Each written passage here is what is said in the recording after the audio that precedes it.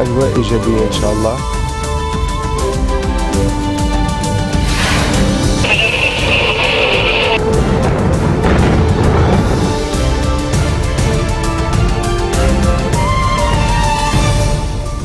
Bonjour à tous et merci de nous rejoindre pour cette nouvelle édition de la rédaction. Tout de suite, les titres.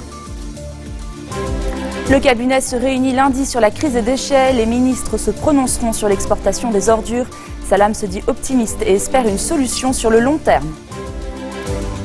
Les partisans d'Hassan Yacoub remontés après la convocation de l'ancien député de Zahle.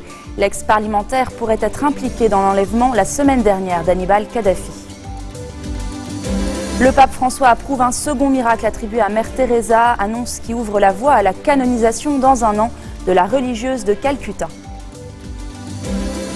Après plusieurs semaines de silence sur la crise des déchets, le moment est venu pour le cabinet de se réunir. Tamam Salam a annoncé qu'il convoquerait le Conseil des ministres lundi à 16h30. Le chef du gouvernement avait promis de ne pas rassembler les ministres avant d'avoir entre les mains une solution au problème. Akram Chayeb, le ministre de l'Agriculture qui chapeaute ce dossier, va soumettre ses propositions. Après l'échec d'un premier plan, c'est l'exportation des déchets qui est désormais sérieusement envisagée. Cette solution serait toutefois encore provisoire, comme l'a souligné le Premier ministre aujourd'hui à l'issue d'une rencontre avec Nabi Berri. Tamam Salam a parlé de développement positif et espère qu'une solution soit trouvée sur le long terme. Et je vous rappelle que le collectif Vous Puez réclame une solution définitive, écologique et sanitaire à la crise des ordures. Les activistes ont appelé à une marche pacifique demain place Riyad el-Soloh. Parmi leurs revendications figure également l'adoption d'une nouvelle loi électorale basée sur la proportionnelle. Opération séduction hier de Slimane Frangieh sur le plateau de la LBC. Le candidat pressenti pour la présidence de la République a joué la carte du franc-parler. Soucieux de faire acte de transparence, le chef des Maradas a rendu public les circonstances du compromis concocté à Paris avec Saad Hariri. Il a notamment révélé que parmi ses alliés du 8 mars, le CPL est le seul à ne pas avoir été informé de ces réunions secrètes, affirmant que le Hezbollah soutient deux candidatures, la sienne et celle de Michel Aoun. Slimane Frangieh n'a pas caché la détérioration de ses relations avec le général. Des liens qu'il a qualifiés d'anormaux et de froids depuis 2 ans. Le chef des Maradas a ainsi reproché à son allié de se présenter comme l'unique candidat à la tête de l'État et de ne pas proposer de plan B. Hier soir, Frangieh devait aussi rassurer ses partenaires politiques, en particulier le courant du futur. Il se dit ainsi favorable à la nomination de Saad Hariri au poste de Premier ministre, promet de maintenir le tribunal spécial pour le Liban, mais aussi d'élaborer une loi électorale qui ne soit pas préjudiciable pour Hariri. Et puis une assurance également lancée à l'adresse des dirigeants chrétiens, dont il promet de s'entourer s'il est élu. Enfin, le présidentiable s'est posé comme le candidat qui incarne le compromis entre les axes régionaux, mettant l'accent sur ses relations amicales et privées avec les Assad d'une part, et assurant d'autre part que la photo du roi Faisal d'Arabie trône toujours dans son bureau. Les partisans de Hassan Yacoub ont manifesté aujourd'hui devant le palais de justice. Ils ont aussi bloqué 2 routes, celle de l'aéroport et un axe principal à Mikmé au nord de Baalbek. Les protestataires réagissaient à la convocation de l'ancien député de Zahle dans le cadre de l'enquête sur l'enlèvement d'Hannibal Kadhafi par un groupe armé la semaine dernière. Ali Yacoub, le frère de l'ancien député, dénonce une manœuvre politique. Il assure également que le ministre libyen de la Justice a demandé qu'une délégation libanaise se rende immédiatement en Libye pour l'informer du dossier. Hassan Yacoub a été interrogé par les FSI. La justice aurait reçu des informations et des preuves concrètes de son rôle dans le kidnapping du fils de l'ex-dictateur libyen, a confié le juge Samir Hamoud au Daily Star.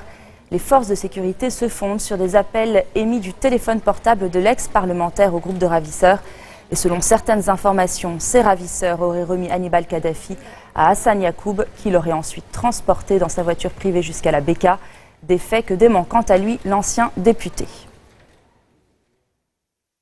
Ali Awad Assiri déplore la hâte dans les critiques sur la coalition saoudienne. Dans un communiqué, l'ambassadeur saoudien au Liban rappelle que Riyad respecte la souveraineté du Liban, son indépendance et sa liberté. Le diplomate s'étonne par ailleurs que les auteurs de ces critiques soient, je cite, ceux qui sont dénoncés pour leur incapacité à préserver la souveraineté du Liban. Fin de citation. Cette déclaration intervient alors que le Hezbollah a officiellement exprimé hier son refus catégorique de voir Beyrouth prendre part à cette alliance. Mercredi, l'Arabie saoudite a annoncé la formation d'une coalition de 34 pays musulmans, dont le Liban, pour lutter contre le terrorisme en Syrie, une annonce qui a pris de court de nombreux responsables ici. Et l'Arabie Saoudite est aussi engagée militairement au Yémen, où elle chapeaute la coalition arabe qui soutient les forces pro-gouvernementales. Ces dernières ont repris aujourd'hui la ville de Hazem, chef-lieu de la province de Jawaf. Il s'agit de la deuxième localité rebelle à tomber en 24 heures.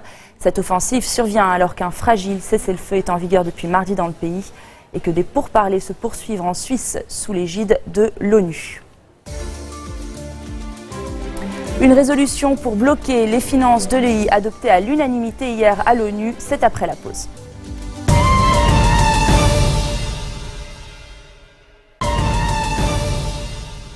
C'est en direct devant les caméras que Moscou a ouvert aujourd'hui la boîte noire de son avion abattu par la Turquie. Objectif, prouver que son bombardier n'a pas enfreint l'espace aérien turc comme le prétend Ankara. Un groupe de journalistes et diplomates ont ainsi découvert le fameux enregistreur de vol orange. Des cartes mémoire ont été abîmées par endroits. Selon la défense russe, la boîte noire localisée à l'arrière de l'appareil a été endommagée par le tir de missile et l'impact de sa chute sur le sol. Les experts comptent présenter leurs conclusions dès lundi. Et des raids russes pourraient avoir causé la mort d'au moins 32 civils en Syrie.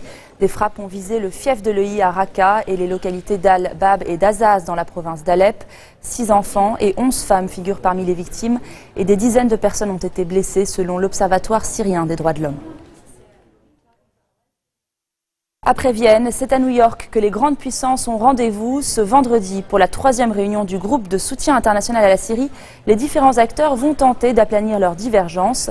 Le point avec Florence Gaillard. C'était il y a un mois. Le 14 novembre dernier, 17 pays, dont la Russie et l'Iran, la France et les États-Unis, s'accordaient sur une feuille de route politique pour la Syrie. Principal point de blocage, l'avenir de Bachar al-Assad. Mardi à Moscou, le secrétaire d'État américain et le ministre russe ont tenté de mettre de côté leurs divergences pour accélérer le règlement de la question syrienne. Aujourd'hui, nous ne nous concentrons plus sur nos différences comme le sort immédiat d'Assad. Nous nous concentrons plutôt sur le processus politique. Ce revirement de la part des Occidentaux fait réagir à Damas. Le président syrien, interviewé par une chaîne néerlandaise, ironise. J'étais en train de faire mes bagages et maintenant il m'autorise à rester. Merci, mais je n'ai jamais écouté ce qu'il disait. Tant que les Syriens veulent que ce président reste, il sera là. La feuille de route prévoit une rencontre entre le régime et les représentants de l'opposition en janvier prochain, un cessez-le-feu et un gouvernement de transition dans les 6 mois et des élections dans les 18 mois. En fait, nous avons suggéré un gouvernement d'unité nationale il y a longtemps et nous espérons que cela va pouvoir être sérieusement mis en pratique avec différents groupes d'opposition, tout en excluant toute personne affiliée officiellement au groupe État islamique ou au Front al-Nosra. S'il y a consensus pour écarter l'organisation État islamique et al-Nosra, les partis doivent encore se mettre d'accord sur la liste des autres organisations terroristes à exclure des discussions. Dernière question difficile, l'opposition dans toutes ses composantes va devoir désigner ses représentants pour négocier face au régime. Et la veille, c'est à l'unanimité que le Conseil de sécurité a adopté une résolution contre le groupe État islamique. Ce texte vise à assécher les finances de l'organisation. Les explications de Vanessa Abba. La communauté internationale s'attaque au financement de l'organisation de l'État islamique. Chose rare, cette résolution a été adoptée à l'unanimité par le Conseil de sécurité de l'ONU, par les Occidentaux, mais également par la Russie et la Chine. Objectif de ce texte, resserrer les taux en asséchant les sources de financement du groupe État islamique. La résolution que nous venons d'adopter apporte des réponses concrètes. Elle reconnaît Daesh comme l'entité à combattre. Elle identifie les moyens de financement spécifiques de cette entité terroriste. Le commerce de pétrole, des antiquités et des œuvres d'art, les rapts et les rançons, les extorsions de fonds, la traite des êtres humains. Une réunion demandée par la France après les attentats de Paris. Et c'est une première, ce sont les ministres des Finances des 15 États membres du Conseil qui ont siégé. Tous sont appelés à agir à un niveau international mais aussi national. Nous avons besoin d'une mise en œuvre, d'une coordination et d'une exécution efficace de la part de tous les pays présents et de beaucoup d'autres. Un appel lancé aux pays de la région et notamment à la Turquie, souvent accusée de fermer les yeux sur le trafic de pétrole. Selon des experts, le groupe État islamique engrangerait près de 74 millions d'euros de revenus par mois dans les territoires sous son contrôle, en Irak et en Syrie.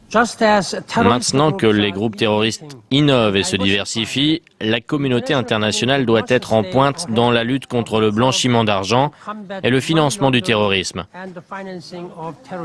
Ça ne va pas être facile.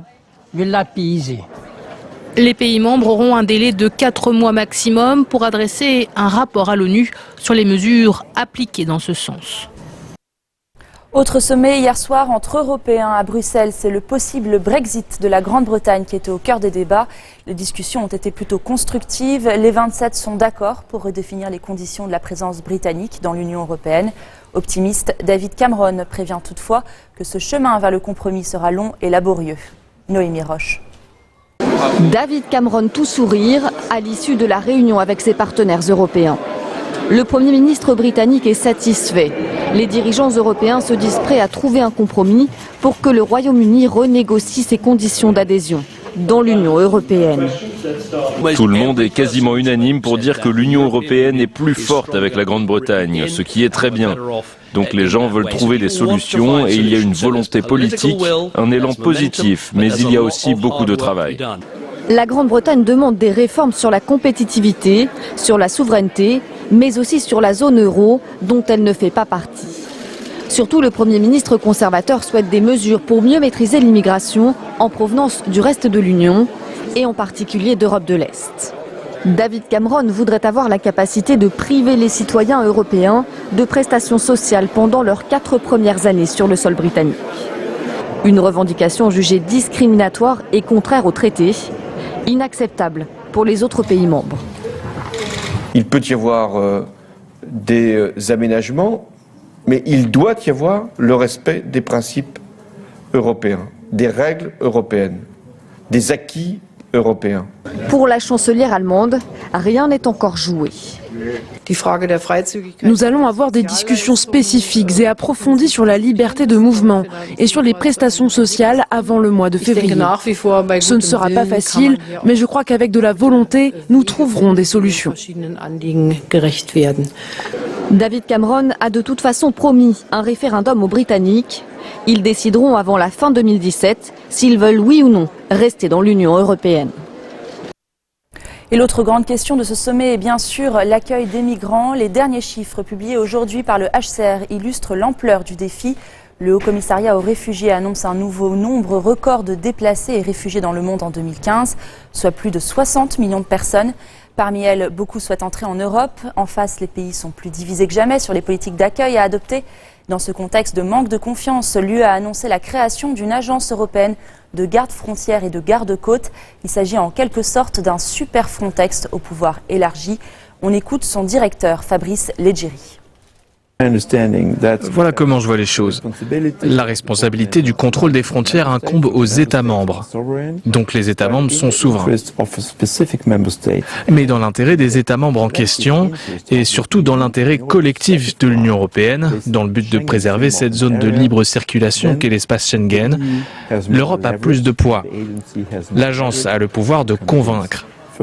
Pour moi, il ne s'agit pas d'imposer des mesures, mais bien de convaincre les États membres que ces mesures sont dans leur intérêt et dans l'intérêt de l'Union européenne.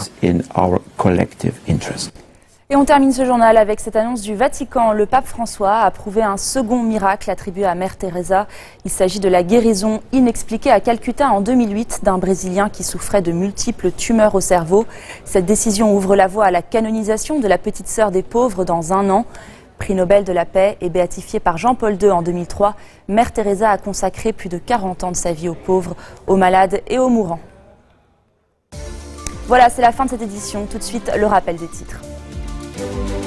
Le cabinet se réunit lundi sur la crise des déchets. Les ministres se prononceront sur l'exportation des ordures. Salam se dit optimiste et espère une solution sur le long terme. Les partisans d'Hassan Yacoub remontaient après la convocation de l'ancien député de Zahle. L'ex-parlementaire pourrait être impliqué dans l'enlèvement la semaine dernière d'Hannibal Kadhafi. Le pape François approuve un second miracle attribué à Mère Teresa, annonce qui ouvre la voie à la canonisation dans un an de la religieuse de Calcutta. Merci de votre attention. Retrouvez-nous tous les jours à 16h40 heure de Beyrouth. Vous pouvez également nous suivre en ligne sur notre site web ou en téléchargeant notre application mobile. Excellente soirée à toutes et à tous.